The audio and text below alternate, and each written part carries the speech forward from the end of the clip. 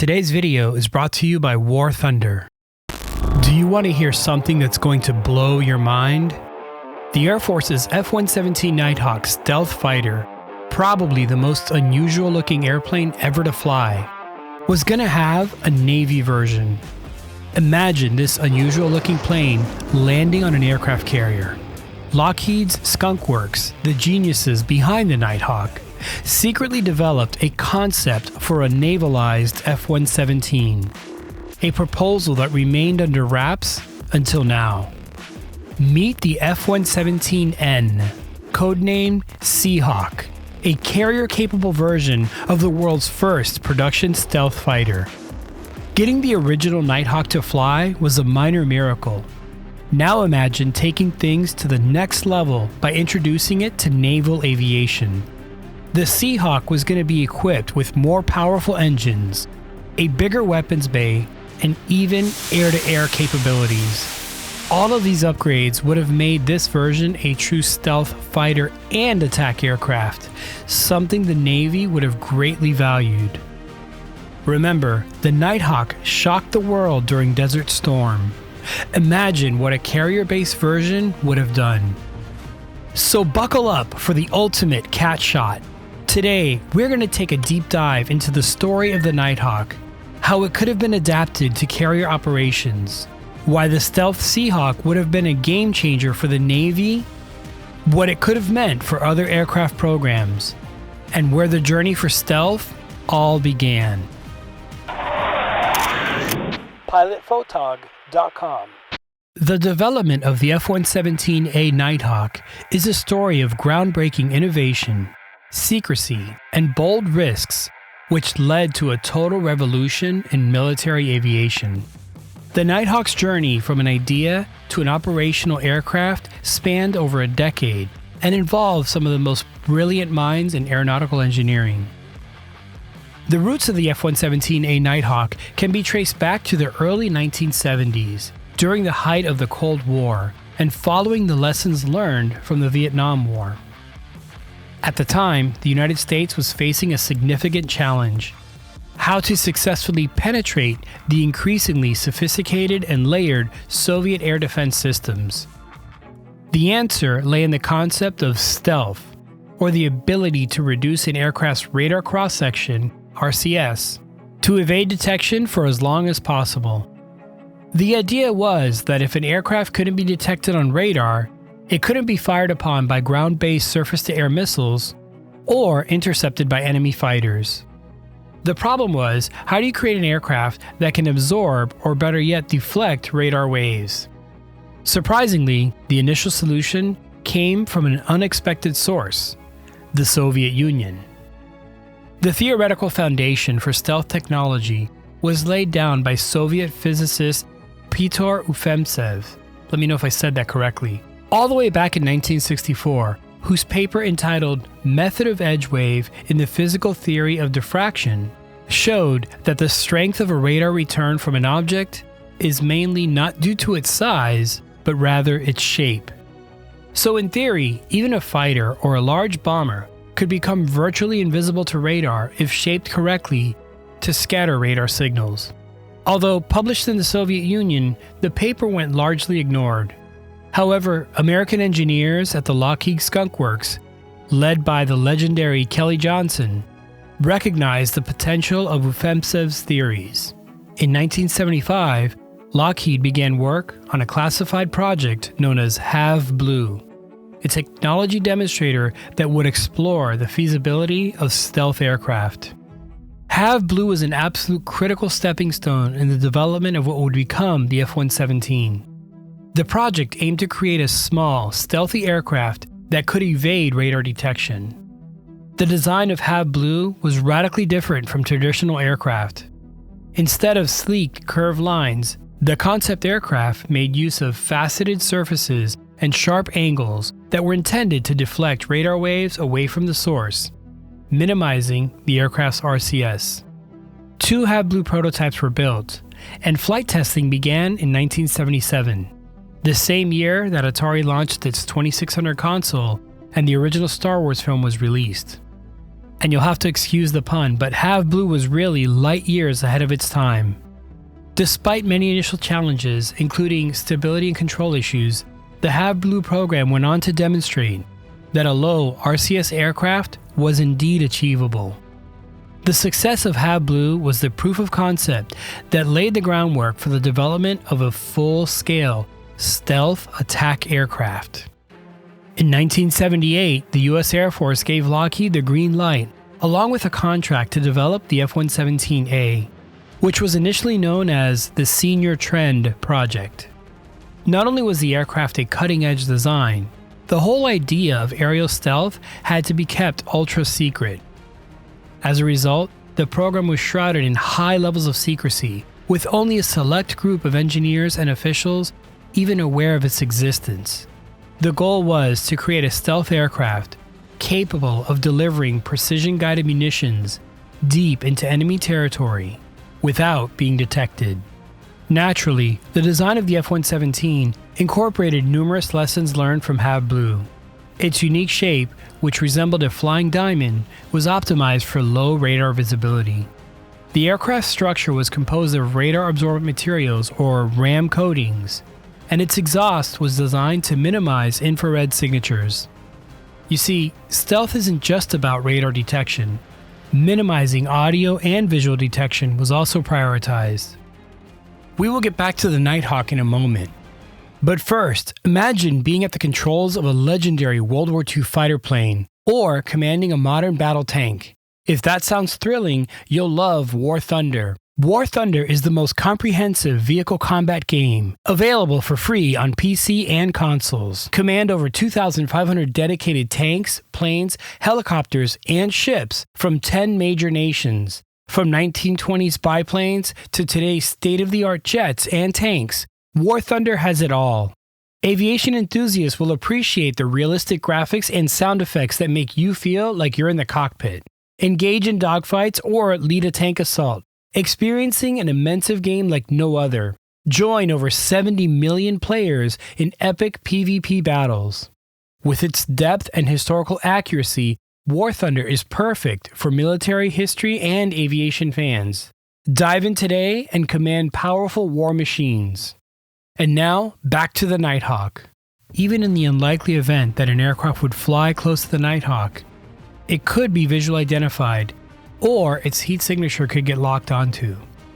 When it came to sound detection, to reduce its audio signature, the engines purposely did not have afterburners and were restricted to subsonic speeds. This was done since breaking the sound barrier would produce a loud and obvious sonic boom, giving away the aircraft's presence and possibly even location. The lack of afterburner plumes would also reduce its heat and visual signature. To lower the jet's heat signature even further, the Nighthawk made use of specialized vents which would cool the exhaust somewhat before exiting the aircraft's fuselage. And to keep the visual signature to a minimum, the aircraft was intended to operate over enemy territory at night. More on that later. Once the aircraft's shape had been finalized and optimized to scatter radar waves, getting the airplane controllable and flying was a whole nother challenge. The aircraft's faceted design, while effective for stealth, made it aerodynamically unstable. To address this, the engineers had to implement an advanced, for its time, digital fly-by-wire system. This was still very new technology first seen on the F-16 Fighting Falcon or Viper. This fly-by-wire system would operate passively in the background and would help keep the airplane flying with computer inputs to the control surfaces, making the jet fly and behave more like a normal airplane. This fly-by-wire system took extensive development time and cost, but was crucial in making the aircraft controllable and safe to fly. Another challenge for the Nighthawk was fitting all of the advanced avionics and sensors into its compact airframe. Remember, this was late 70s, early 80s electronics. Along with an advanced fly-by-wire computer, the F-117A had to be equipped with a sophisticated navigation and targeting system, which would allow pilots to navigate to and strike their targets with pinpoint accuracy. This capability was essential for the aircraft's role in deep strike missions. And despite being designated the F-117, The aircraft was really an attack aircraft. More on that in a moment. However, for now, it was time to take the Nighthawk to the skies. The first F-117A prototype, designated YF-117A, made its maiden flight on June 18, 1981.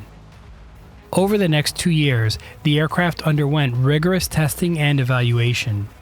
By 1983, the aircraft was declared operational, and the first production aircraft were delivered to the 4450th Tactical Group at Tonopah Test Range in Nevada. For obvious reasons, the operational deployment of the F-117 was kept highly secret. The aircraft were flown only at night to maintain their stealth advantage, which is how the aircraft earned its nickname Nighthawk. Pilots and ground crew were sworn to secrecy, and the existence of the F-117A was not officially acknowledged by the US government until 1988, after it had been flying for 7 years. The F-117A made its combat debut during the US invasion of Panama in 1989. But it was during the Gulf War in 1991 that the aircraft truly demonstrated its capabilities to the world. During the Gulf War, the Nighthawk flew approximately 1,300 sorties and struck 1,600 high-value targets with remarkable precision. Its ability to evade detection and deliver ordnance with minimal collateral damage made it a game-changer in modern warfare. It's easy for us to forget now, but in early 1991, Iraqi airspace was fortified with some of the most advanced and integrated air defense systems in the world. The Nighthawk cut its teeth and proved its mettle by successfully navigating and neutralizing these formidable defenses, especially in the opening moments of the war. The success of the F-117A in combat fully validated the effectiveness of stealth technology. It proved that a small, low RCS aircraft could penetrate heavily defended airspace and strike critical targets without being detected. This capability provided a significant strategic advantage and reshaped air combat doctrines all around the world. Suddenly, everyone wanted a stealth fighter, while also trying to figure out how to counter this new advantage. The Nighthawk was so successful that in the 1990s, Lockheed offered the Navy an ambitious proposal: a carrier-based version of the stealth fighter dubbed the F-117N Seahawk. By adapting the Air Force jet to navalized carrier operations, Lockheed envisioned a new era for carrier strike battle groups, the ability to take out coastal or even inland enemy air defenses with little or no warning. The F-117 faced its biggest challenge, and it wasn't from enemy ground missiles or even fighters. It was the biggest challenge of them all: money.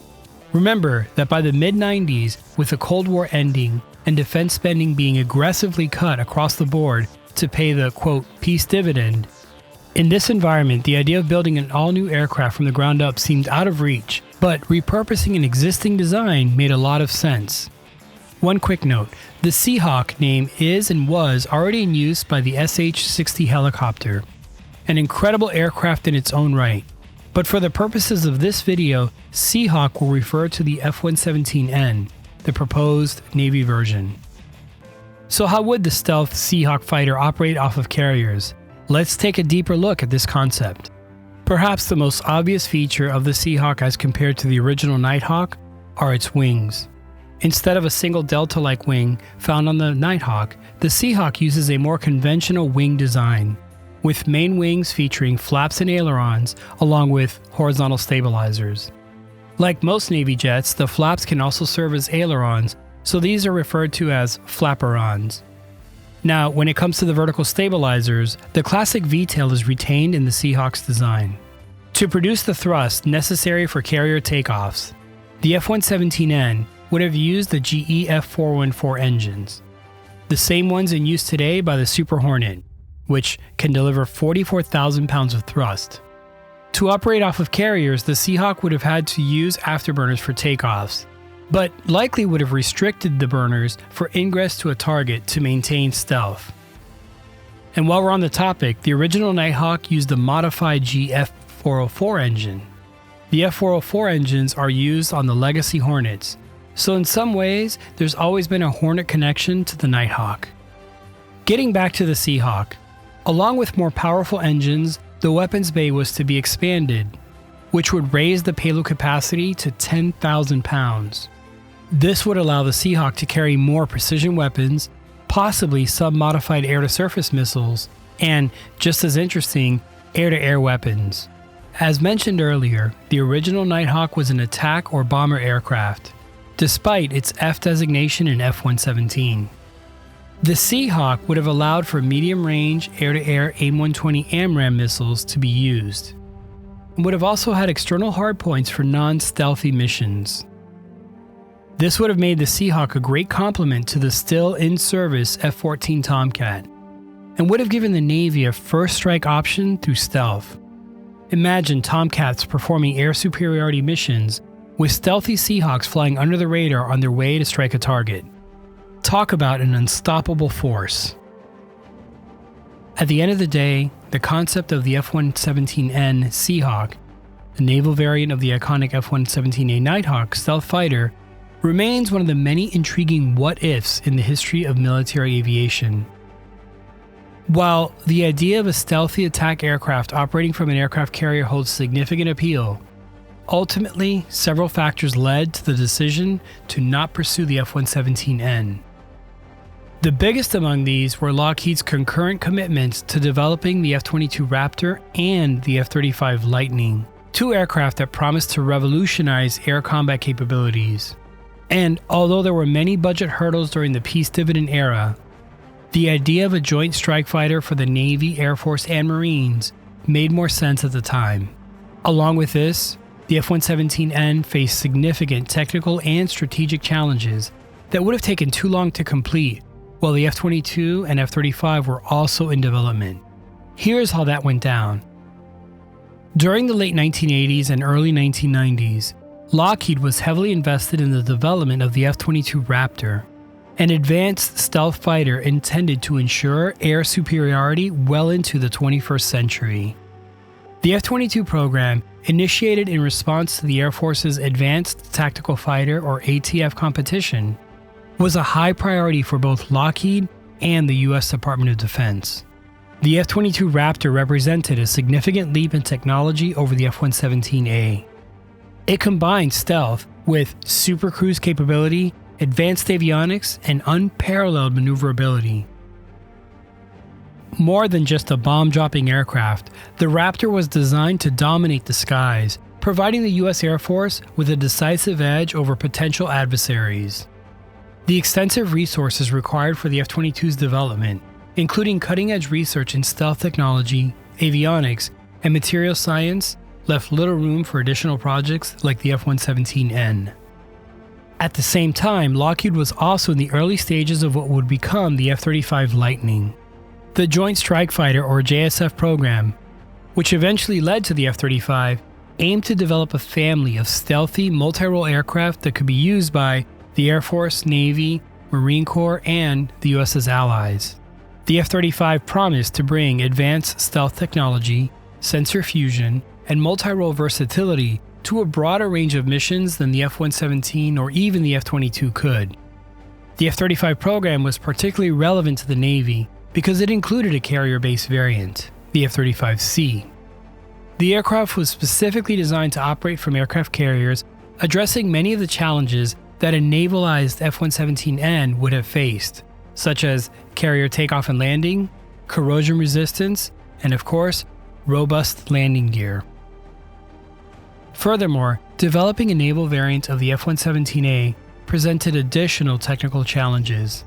Again, while the F-117A's design was optimized for stealth, the aircraft was inherently unstable, and the fly-by-wire system that was designed to have it operate out of conventional airports would have required significant modifications. On top of this, the airframe would have to be further strengthened for catapult launches and arrested landings. And as we have shown, an almost complete redesign of the aircraft itself to improve its aerodynamic stability and handling characteristics at low speeds required for carrier landings. Moreover, the F-117A was primarily a ground attack aircraft with very limited air-to-air capability. The Navy's operational needs required a more versatile platform capable of performing a wide range of missions, including air superiority, close air support, and reconnaissance. The F-35 program was better suited to meet these needs, offering the multi-role capabilities that the F-117N could not provide out of the box. Could the stealth Seahawk have been modified to add air-to-air capabilities? Of course, but now you're talking about even longer development times. As you know, developing an advanced military aircraft is an enormously expensive and resource-intensive endeavor. By the late 1980s and early 1990s, the US defense budget was already stretched by the costs associated with the F-22 and the emerging F-35 program. Prioritizing these programs, which promised significant technological and operational advantages, made financial sense. Diverting the resources needed to develop the F-117N would have diluted efforts and funding from these critical projects. So in the end, the decision not to develop the F-117 Seahawk was driven by a combination of strategic, technical, and of course, financial considerations. Lockheed's focus on the F-22 Raptor and the F-35 Lightning, both of which offered advanced stealth capabilities and multi-role functionality, made the F-117 project less attractive. In the end, the significant challenges of adapting the F-117A for carrier operations, coupled with the superior capabilities of the F-22 and F-35, ultimately led to the abandonment of the Seahawk concept. While the idea of a stealthy Seahawk carrier-based attack aircraft remains appealing even to this day, the advances brought by the F-22 and F-35 programs have provided the US military with unmatched air combat capabilities that continue to shape the future of aviation. Still, we can always wonder what could have been, and I like to indulge in these ideas on this channel. Had the F-117N Seahawk been developed, it could have significantly influenced the trajectory of naval aviation, potentially even impacting the fate of the F-14 Tomcat. The F-117's introduction would have provided the US Navy with stealthy strike capability earlier than it did with the F-35. The stealth Seahawk could have complemented the F-14's long-range interception and air superiority roles. This complementary dynamic might have extended the operational relevance of the F-14 Tomcat, as the Navy would have had a powerful duo, the F-117N for undetectable precision strikes, and the F-14 for dominating the skies and defending the carrier battle group. With the F-117N handling stealthy attack missions, the Navy could have focused on upgrading the F-14's capabilities rather than seeking a completely new multi-role platform. This might have led to the continued production and development of the F-14, culminating in the Super Tomcat 21, a proposed modernized version featuring advanced avionics, improved engines, and enhanced stealth features of its own. The Super Tomcat 21 would have provided a highly capable, versatile aircraft with long range to meet today's complex and diverse mission requirements, ensuring that the Tomcat remained a cornerstone of naval aviation well into the 21st century. What do you think? Could the Seahawk have worked? What would have been a better nickname for it? Let me know in the comments below. Big thanks to War Thunder for sponsoring this video. You can play War Thunder for free on PC, PlayStation, or Xbox by using my link in the pinned comment or video description. Whether you're new or returning after a 6-month break, you'll get an exclusive bonus pack loaded with premium vehicles, an Eagle or Valor decoration, 7 days of premium access, and more goodies. This offer is available for a limited time, so don't miss out. If you enjoyed this what if video for the Nighthawk, then subscribe and click the bell to get notified when my next video comes out. I'll be taking deep dives into aircraft that could have been, some iconic aircraft that defined a generation, and more. If you want to go above and beyond, then consider becoming a channel member or Patreon. You'll get early access to these videos, and you'll help me keep making content like this one. You can also subscribe to my free weekly newsletter, Hangar Flying with Tog, which takes a look at military aviation today while also looking back on aviation history. And finally, if you want to learn more about the proposed variants of the F-14 Tomcat, including my exclusive take on a 5th generation version of the world's sexiest fighter, then check out this video. Now you know.